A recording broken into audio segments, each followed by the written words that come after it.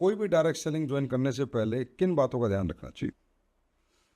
ये सब मतलब मैं बोल सकता हूँ कि आज के समय में हिंदुस्तान में डायरेक्ट सेलिंग से जुड़े हुए सारे लोगों के लिए बहुत अहम सवाल है, और इसका जवाब बहुत लोगों के लिए बहुत ही महत्वपूर्ण है। क्योंकि जैसा मैंने बताया कि आज 90% लोग सिर्फ इस जवाब न मिल पाने की वजह से ऐसे ऐसी घटिया कंपनियों के साथ जुड़े हुए हैं जहाँ उनकी ज़िंदगी खराब हो रही है। मेरे अनुसार सर, किसी भी संस्था को चुनाव करने के लिए 5 चीज़ों का ध्यान में रखना जरूरी है, क्योंकि 5 चीज़ें इकोसिस्टम बनाती हैं। पहला होता है प्रोडक्ट, क्योंकि हमारे बिजनेस डायरेक्ट सेलिंग का जो जन्म हुआ है एक अच्छे प्रोडक्ट को बेचने के लिए हुआ है, और बड़ा बिजनेस जो होगा वो प्रोडक्ट से ही होगा। 90% लोग जो हमारे साथ कनेक्ट होते हैं वो प्रोडक्ट के साथ कनेक्ट होते हैं। तो हमें सबसे पहला चीज़ यही ध्यान देना है कि हम जिस भी कंपनी के साथ जुड़ रहे हैं उसके प्रोडक्ट कैसे हैं, रिजल्ट ओरिएंटेड प्रोडक्ट है या नहीं है, कंपनी की खुद की R&D प्रोडक्ट है या नहीं है। और सबसे खास बात, अगर इसको चुनाव करना तो आप ऐसे चूज कीजिए कि अगर आप इस कंपनी में नहीं होते तो क्या आप ये प्रोडक्ट खरीदते। अगर जवाब यस आ रहा है इसका मतलब कंपनी के प्रोडक्ट अच्छे हैं, और अगर जवाब नो आ रहा है इसका मतलब प्रोडक्ट को बेचने के लिए कहीं ना कहीं अपॉर्चुनिटी का सहारा लेना पड़ता है। बहुत बढ़िया। कंपनी प्रोडक्ट को लेके किस तरह का अपना मत रखती है, उसके डेवलपमेंट के पीछे कंपनी क्या काम कर रही है, ये छोटी छोटी चीज़ें हैं जो प्रोडक्ट को लेकर हमें समझना चाहिए। प्रोडक्ट की मैनेजमेंट तरीके से हो रहा है नहीं हो रहा है, प्रोडक्ट की डिलीवरी सिस्टम सही है या नहीं है, क्योंकि मैंने कई संस्थाओं को देखा जिनकी डिमांड प्रोडक्ट की आज होती है पहुंचती है 15 दिन बाद, तो ऐसे बिजनेस नहीं चलेगा। पहला है प्रोडक्ट। दूसरा चीज़ होता है पे आउट सिस्टम। अगर 100 लोग हमारे साथ आते हैं 90 लोग आते हैं प्रोडक्ट से, लेकिन 10% जो डायरेक्ट सेलर होते हैं, जो अपॉर्चुनिटी ग्रैब करने वाले लोग होते हैं, उनको चाहिए पे आउट सिस्टम। तो हमें चेक करना पड़ेगा कि कंपनी का पे आउट सिस्टम कैसा है। ओवर पे आउट भी डेंजरस है और लो पे आउट भी डेंजरस है।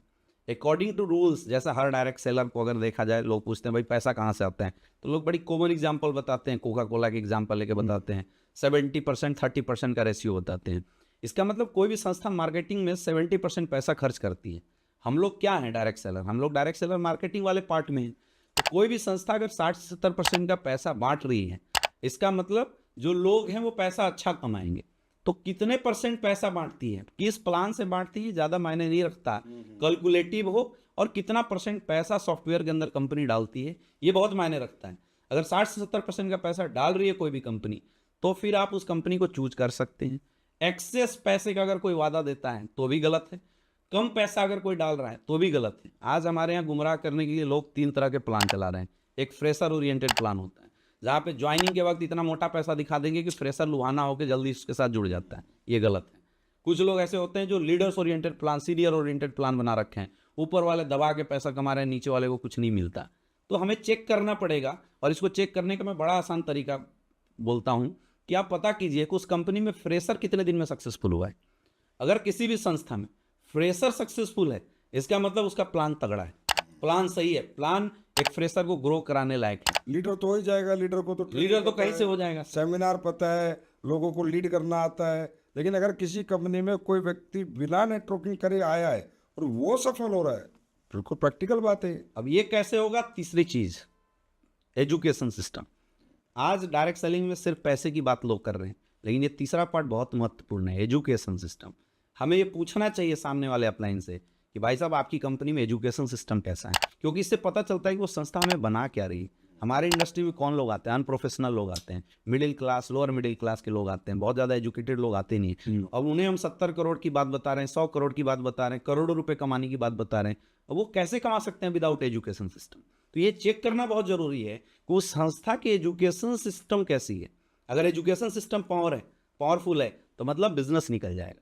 उसके बाद प्रोडक्ट भी अच्छा है, पे आउट भी अच्छा है, एजुकेशन सिस्टम भी अच्छा है। फिर चौथा चीज चेक कीजिए, अपलाइन। आप जिसके साथ कनेक्ट हो रहे हैं उस अपलाइन का विजन कैसा है, वो कितना आगे जाने वाला है, कहीं लालची तो नहीं है, कहीं उसकी नीयत कहीं और तो नहीं है। जैसे सर आपने अभी बताया कि भाई अपलाइन भाग जाए वहां से तो फिर क्या करोगे, ये चेक करना बहुत ज्यादा जरूरी है। अब ये चारों चीज जब आती है ना, तो डायरेक्ट सेलिंग का एक पॉजिटिव इकोसिस्टम बनाती है।